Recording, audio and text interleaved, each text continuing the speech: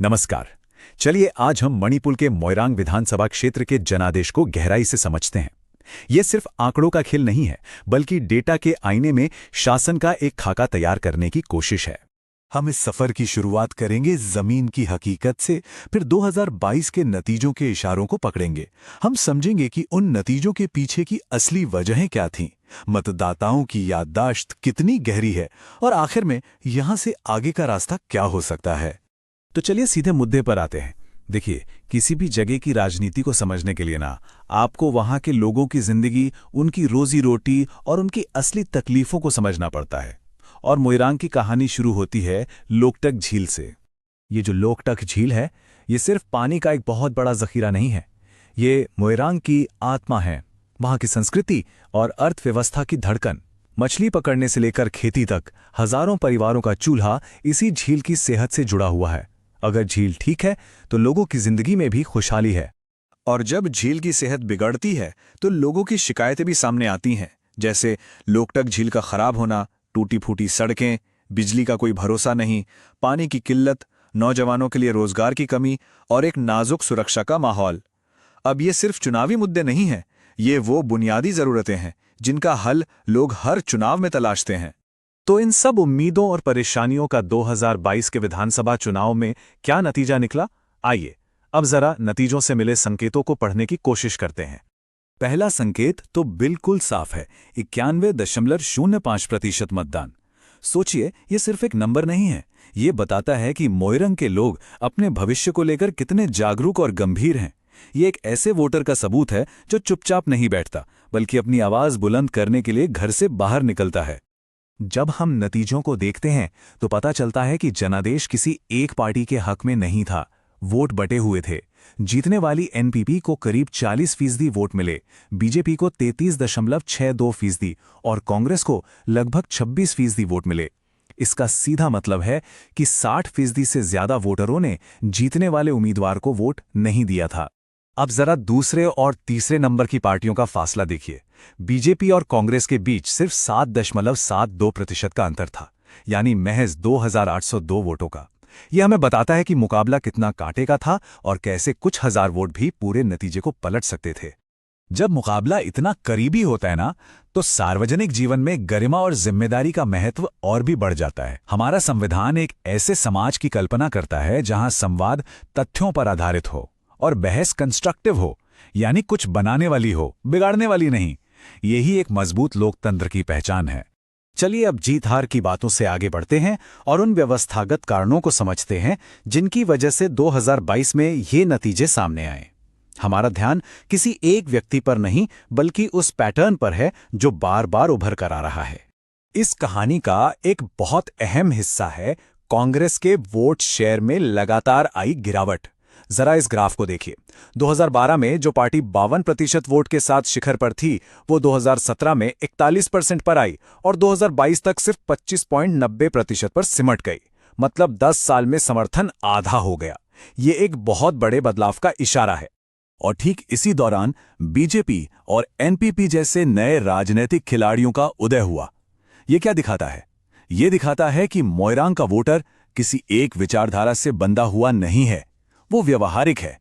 वो अपने सामने मौजूद विकल्पों और जमीनी हकीकत के आधार पर अपना फैसला लेता है। एक और प्रणालीगत मुद्दा है उम्मीदवार का पार्टी बदलना। आप सोचिए, जब कोई नेता चुनाव से ठीक पहले बीजेपी छोड़कर कांग्रेस में चला जाए तो इससे वोटर के मन में कंफ्यूजन तो होता ही है, लेकिन सबसे बड़ा नुकसान भरोसे का होता है, जो राजनीति की सबसे कीमती चीज है। इन हाल के बदलावों को और अच्छी तरह समझने के लिए हमें थोड़ा पीछे चलना होगा। मोइरांग के चुनावी इतिहास की लंबी याददाश्त में झांकना होगा। ये कहानी है बदलती वफादारियों की और नए चेहरों को मौका देने की। इस टाइमलाइन को देखिए। 2007 तक मुकाबला कांग्रेस और स्थानीय दलों के बीच था। 2012 में कांग्रेस अपने चरम पर पहुंची। फिर 2017 में बीजेपी ने पहली बार चुनाव लड़ा और एक करीबी जीत हासिल की। और 2022 आते आते मुकाबला त्रिकोणीय हो गया, जिसमें एनपीपी जीत गई। ये सफर दिखाता है कि मोइरांग की राजनीति में कुछ भी स्थायी नहीं है। तो ये इतिहास हमें क्या सिखाता है? ये बताता है कि मोइरांग का वोटर बहुत परिपक्व यानी मैच्योर है। उसकी वफादारी किसी पार्टी की जागीर नहीं है, उसे काम और भरोसे से कमाना पड़ता है। वो नए नेताओं को मौका देने को तैयार है, लेकिन अगर उम्मीदें पूरी ना हों तो वो अपना मन बदलने में भी देर नहीं लगाता। तो इस पूरे विश्लेषण का निचोड़ क्या है? एक ऐसे नेता के लिए आगे का रास्ता क्या है जो सच में मोइरांग के लोगों की सेवा करना चाहता है? आइए अब शासन के एक ठोस और व्यावहारिक खाके पर बात करते हैं। एक उम्मीदवार पी शरद चंद्र का स्वॉट विश्लेषण देखते हैं। एक तरफ उनकी ताकत है, उनका प्रशासनिक अनुभव, क्योंकि वो एक पूर्व आईएएस अफसर हैं। लेकिन दूसरी तरफ एक बहुत बड़ी कमजोरी है, पार्टी बदलने की वजह से पैदा हुआ भरोसे का संकट और एक कमजोर जमीनी संगठन। और ये भरोसे की कमी उनके अनुभव जैसी ताकत पर भी भारी पड़ सकती है। इसी विश्लेषण के आधार पर एक चतुर्मुख यानी 4 आयामी रणनीति बनती है। पहला, चुनावी रणनीति राष्ट्रीय विचारधारा के बजाय स्थानीय मुद्दों और मोइरांग के गौरव पर टिकी होनी चाहिए। दूसरा, संगठन को बूथ स्तर पर दोबारा खड़ा करना होगा। तीसरा, कहानी एक सरल और उम्मीद भरी कहानी होनी चाहिए जिसे इखोइगी नुंगाइबा यानी हमारी भलाई कह सकते हैं। और चौथा, सीमित संसाधनों का इस्तेमाल बहुत सोच समझकर करना होगा। और इस पूरी प्रक्रिया में लोगों तक पहुंचने का तरीका भी उतना ही मायने रखता है। भारत का जो नया डेटा संरक्षण कानून यानी डीपीडीपी फ्रेमवर्क है, वो इसी बारे में है। इसका मतलब बहुत सीधा है, लोगों की इज्जत करना, उनकी निजता का ध्यान रखना और उनकी सहमति के बिना उनसे संपर्क ना करना। भरोसा ऐसे ही बनता है, एक एक करके। अब इस रणनीति को जमीन पर कैसे उतारा जाए, ये है 90 दिनों का एक्शन प्लान। चुनाव से 90 दिन पहले संगठन और गठबंधन की नींव तैयार करो। 60 दिन पहले मुद्दों पर आधारित जनसंपर्क शुरू करो, जैसे लोकटक प्लान को घर घर तक पहुंचाना।